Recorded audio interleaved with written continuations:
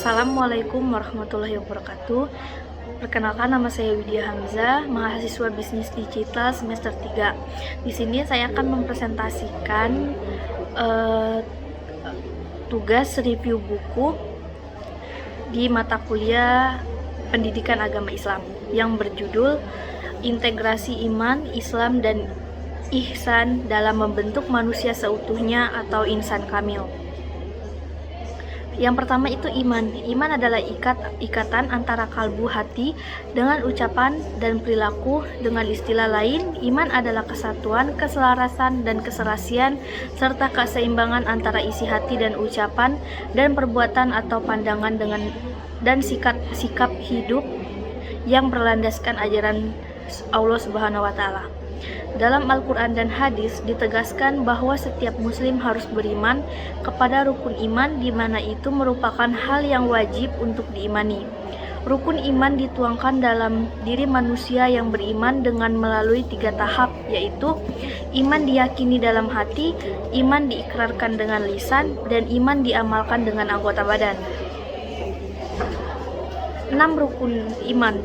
Yang pertama itu ada iman kepada Allah, iman kepada malaikat Allah, iman kepada rasul-rasul Allah, iman kepada hari akhir, dan iman kepada qada dan qadar. Selanjutnya itu Islam.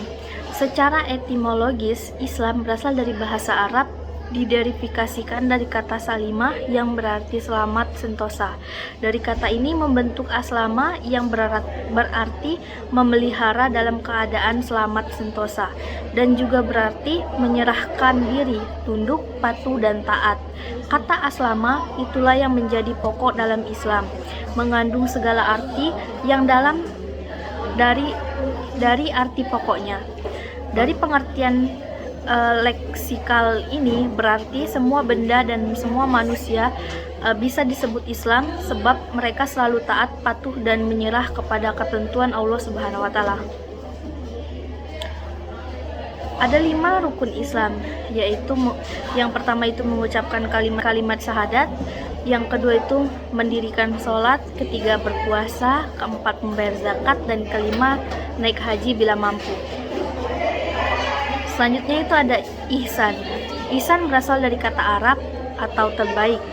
Maknanya adalah sesuatu perbuatan yang ia percaya bahwa setiap pekerjaan yang dikerjakan pasti dilihat oleh Allah Subhanahu wa taala meski ia tidak bisa melihat Allah Subhanahu wa taala. Ihsan adalah seorang yang menyembah Allah seolah-olah ia melihatnya. Dan jika ia tidak mampu melihatnya, maka orang tersebut membayangkan bahwa sesungguhnya Allah melihat perbuatannya. Ihsan juga merupakan puncak ibadah dan akhlak yang senantiasa menjadi target seluruh hamba Allah Subhanahu wa taala, sebab ihsan menjadikan kita sosok yang mendapatkan kemuliaan darinya. Hubungan iman, Islam, dan ihsan. Iman, Islam, dan ihsan mempunyai hubungan yang sangat erat, yang memang tidak dapat dipisahkan. Iman adalah keyakinan yang menjadi dasar akidah. Keyakinan tersebut kemudian diwujudkan melalui pelaksanaan rukun Islam. Sedangkan pelaksanaan rukun Islam dilakukan dengan cara ihsan sebagai upaya pendekatan dari diri kepada Allah Subhanahu wa taala. Rukun Islam merupakan praktek amal lahiriah disusun dalam ilmu fikih, yaitu ilmu mengenai perbuatan amal lahiriah manusia sebagai hamba Allah Subhanahu wa taala. Iman dipelajari melalui ilmu tauhid, teologi yang menjelaskan tentang pokok-pokok keyakinan. Sedangkan untuk mempelajari ihsan sebagai tata cara beribadah adalah bagian dari ilmu tasawuf, yaitu ilmu yang lebih mengedepankan pada hubungan spiritualitas antara manusia dan kholiknya. Konsep insan kamil. Insan kamil ialah manusia yang sempurna dari segi wujud dan pengetahuannya.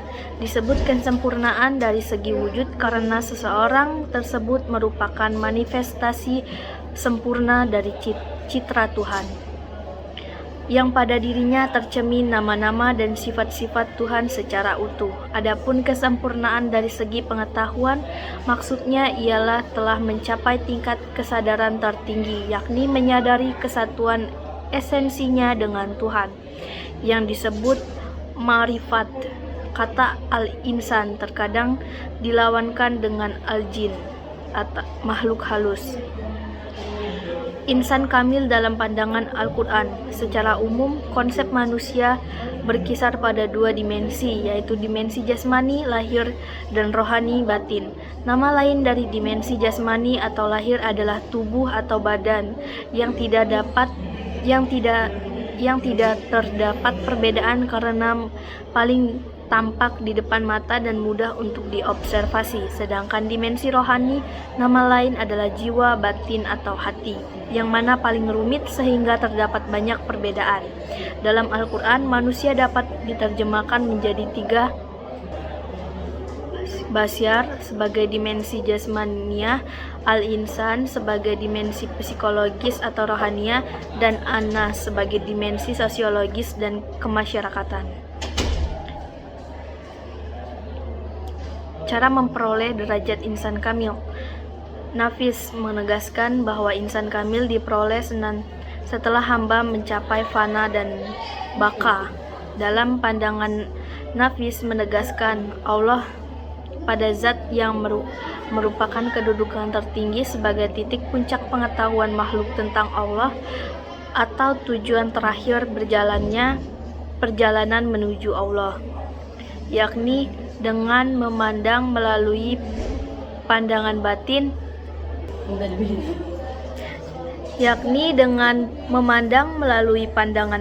bahwa tidak ada wujud selain Allah, yang berarti perbuatan makhluk fana dan perbuatan Allah, nama hamba fana pada nama Allah, sifat makhluk fana pada sifat Allah, dan zat hamba fana pada wujud zat Allah. Setelah itu maka pandangan baka bahwa menyatakan alam yang beraneka ragam karena adanya Allah, mendeskripsikan tentang esensi dan urgensi iman, Islam, dan ihsan dalam membentuk insan kamil, merupakan tipe manusia ideal yang dikehendaki oleh Tuhan. Hal ini disebabkan jika tidak menjadi insan kamil, maka manusia itu hanya monster bertubuh manusia. Dalam perspektif Islam, manusia memiliki 4 unsur, yaitu jasad, hati, roh, dan rasa, yang berfungsi untuk menjalankan kehendak ilahi. Untuk mengokohkan keimanan akan menjadi manusia yang insan kamil, maka keimanan kita harus mencapai tingkat keyakinan. Maka kita harus mengidentifikasi yang mengacu pada rukun iman. Sedangkan untuk dapat beribadah secara bersungguh-sungguh dan ikhlas, maka segala ibadah yang kita lakukan mengacu pada rukun Islam. Kesimpulannya, iman, ihsan,